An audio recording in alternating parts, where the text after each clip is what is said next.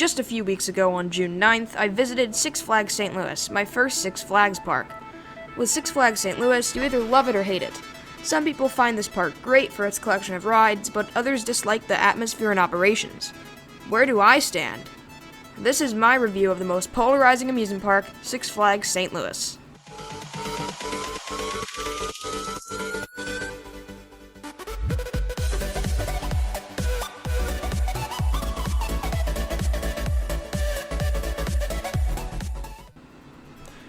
First, we'll walk through the park layout, then we will go through 10 categories to give the park a score out of 100.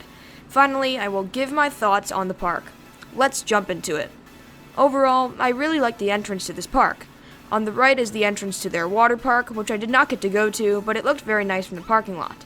I went during their 50th anniversary, so they had a great new entrance. I love the fountains with the mini St. Louis Arch roller coaster. It is a unique touch to resemble the park's location. Inside the park is a nice fountain and sign that talks about the park history and the original Six Flags over Mid-America. The entrance plaza is full of buildings for food and merch. Going to the right is the studio backlot section in the bottom right corner of the park. In this section is the first coaster you'll stumble across, Batman, the ride. A B&M invert is here, in this unshaded section of the park. Speaking of which, this entire park is basically unshaded. The entire park is asphalt with no shade, so on a day with 90-degree temperatures like when I went, you will probably always be carrying a drink. There are a few flat rides in this section of the park, which are Tsunami Soakers and Joker Inc., which I do think the presentation for some rides in this area could be a bit better, especially Batman and Joker Inc. The last ride in this section of the park is Ninja, the Arrow and Vekoma looping coaster, which is one of the worst roller coasters I've ridden. The next section is the top right, which is my favorite section of the park just because it is a bit more wooded in this area, causing for some more shade. In this section is the park's kiddie area known as Bugs Bunny Boomtown. I really think that the theming here is stellar, and is more recent than the Peanuts theme. I never really liked the Cedar Fair Snoopy theme, and I think that Six Flags does a much better job. The main flat in this area is Sky Screamer, the big swing ride in the air. I like the placement of this ride near the woods, but also at the top of the hill for a great view of the park. Six Flags St. Louis is on a hill, with the bottom of the hill being the front of the park, which means to get to the very back of the park you will be climbing a lot. The Midway games are here in the top right corner, which are presented nicely. 3 coasters are in this section, which are the Awful Boomerang, the OK River King Mine Train, and the pretty fun Screamin' Eagle.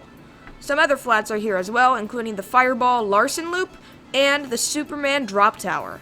Moving on to the top left section of the park. This section consists of 2 coasters and many flats. This section to me just feels like what you picture of an amusement park. Not really anything special, just rides. The flats here include Excalibur, a very wacky looking ride which is an Enterprise and a pendulum mixed. Supergirl Skyflyer, a new generation Enterprise with no floor, and Thunder River, a fast-paced rapids ride. The coasters here are the surprisingly fun Pandemonium and the very underrated Boss. We now come to our final section and our biggest section, the bottom left corner of the park. The coasters here are the best in the park, which are my 100th credit Mr. Freeze and the stellar American Thunder.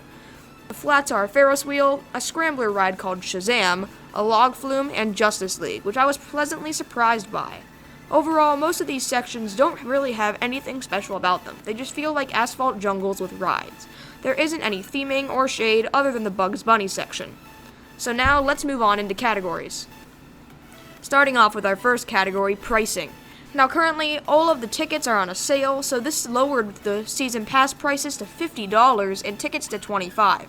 But normally, the prices according to the website are $60 for a ticket and $160 for a season pass, which for a park like this is quite a bit.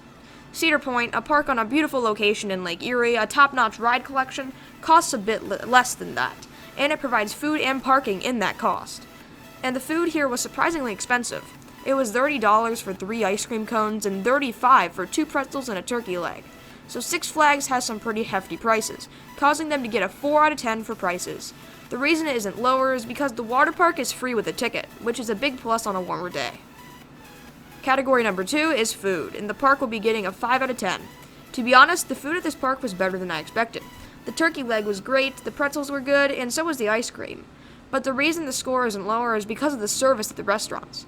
There were not any utensils or napkins at the turkey leg shop, which are very messy, and we barely got any ice cream for $30. An employee did add more ice cream because it was very low, so I have to give that employee some credit, but the service still was not great. Category 3 is merchandise. Six Flags St. Louis is getting a 4 out of 10. The prices for merch and the quality of the clothing is not that bad, but the designs are. It's old DC and Looney Tunes merch. It was near impossible to find a coaster shirt or even a park shirt. The only coaster shirt I saw was for Ninja, which I didn't get. While they do have a lot of merch, almost none of it is park related. It is all sponsorships, which if you like these sponsors, then you will probably like the merch. But for a park enthusiast like myself, the selection was not great. Category 4 is navigation, and I give Six Flags St. Louis an 8 out of 10. I gotta say, this park is great to navigate. The park is basically a circle with a cross in the middle, making it super easy to get everywhere. There is only one big dead end of the park, which is where Boss is located, but that is it. The reason the score isn't higher is because it was difficult to find the parking lot, as there are multiple branching paths and no real sign for the park. But inside the park, it was easy to navigate. The 5th category is operations. Operations, from what I've heard, is never Six Flags' strong point, and that was made obvious with this park. I have to give the crews credit, as the train was dispatched efficiently from the station. It is just that everything, except for Pandemonium, was running one train. Even the Boss, which is over 2 minutes long, was on one train. This really makes the lines longer than what they usually are, so I can only give the park a 6 out of 10. The 6th category is kiddie rides, and I have to give Six Flags St. Louis a 7 out of 10. Based on observation, the kiddie section looked great. All of the rides were themed to the Looney Tunes, which is much more loved by kids than the Peanuts, like I mentioned before. Their rides all had special figures such as Taz and Bugs Bunny, which keeps the theme alive. The reason the score isn't higher is just because there isn't really a kiddie coaster here. The smallest coaster in the park is Pandemonium, which really is not a kiddie coaster. Category 7 is flat rides, and Six Flags St. Louis will be receiving a 9 out of 10. To be honest, this park has some of the best flat rides at any park. While they are missing a ride like a pendulum or scream and swing, they still have some of the best collections. The thrilling flat rides include Excalibur, a very twisty and spinny flat ride with inversions and centrifugal force. Superman is a great looking drop tower, Sky Screamer is a peaceful and tall experience at the top of a hill, Fireball is full of hang time, you get the point. The park has a wide variety of experiences for all people to enjoy with their flats. From smaller theming-based rides like Justice League to big rides like Excalibur, there is something for everyone. Speaking of which, if you come to this park, you have to ride Justice League. It is an experience like no other. Category 8 is Coaster Collection. I have to give Six Flags St. Louis credit for having every type of coaster necessary in a good lineup, which is something a lot of parks can't say they have. St. Louis has shuttle coasters, an invert, multi-loopers, big wooden coasters with airtime, twists and turns, launches, a spinny coaster, and a family coaster. But none of the coasters are really outstanding. Mr. Freeze is the best ride and doesn't even make my top 20. So while they have everything, the coaster collection is not the greatest, so the park gets a 6 out of 10. The 9th category is the atmosphere. Six Flags St. Louis gets a 3 out of 10. I really dislike the vibe Six Flags St. Louis gives off. The only nice looking area of the park is the main entrance. Unfortunately, the rest of the park doesn't have any landscaping or flowers or any of that. The theming is non-existent except for the Bugs Bunny section, and the entire park is just asphalt. In my opinion, the park is really lacking a wow factor that other parks have. There isn't anything at this park that is shocking and sets it apart. Everything here seems a bit cheap and tacky, with the queues, signs, and ads. The final category is extra activities, and the park will get a 6 out of 10. Unfortunately, Six Flags only has one extra activity here to do at the park, and that is the water park, known as Hurricane Harbor. Even though that is the only extra activity, it is a very large activity to do other than the park. There are multiple thrilling slides and a wave pool spawning from a mountain. You could visit this water park for a whole day even without the dry park. So the total score for Six Flags St. Louis is a 58 out of 100. Above average, but still lower than Dorney Park's score. So what are my final thoughts about Six Flags St. Louis? I think that the park has some good to it. The flat rides and kiddie section are great, and the coaster collection is above average. But the operations and park atmosphere bring the experience down for me. There isn't a wow factor at this park, and there really isn't anything to write home about.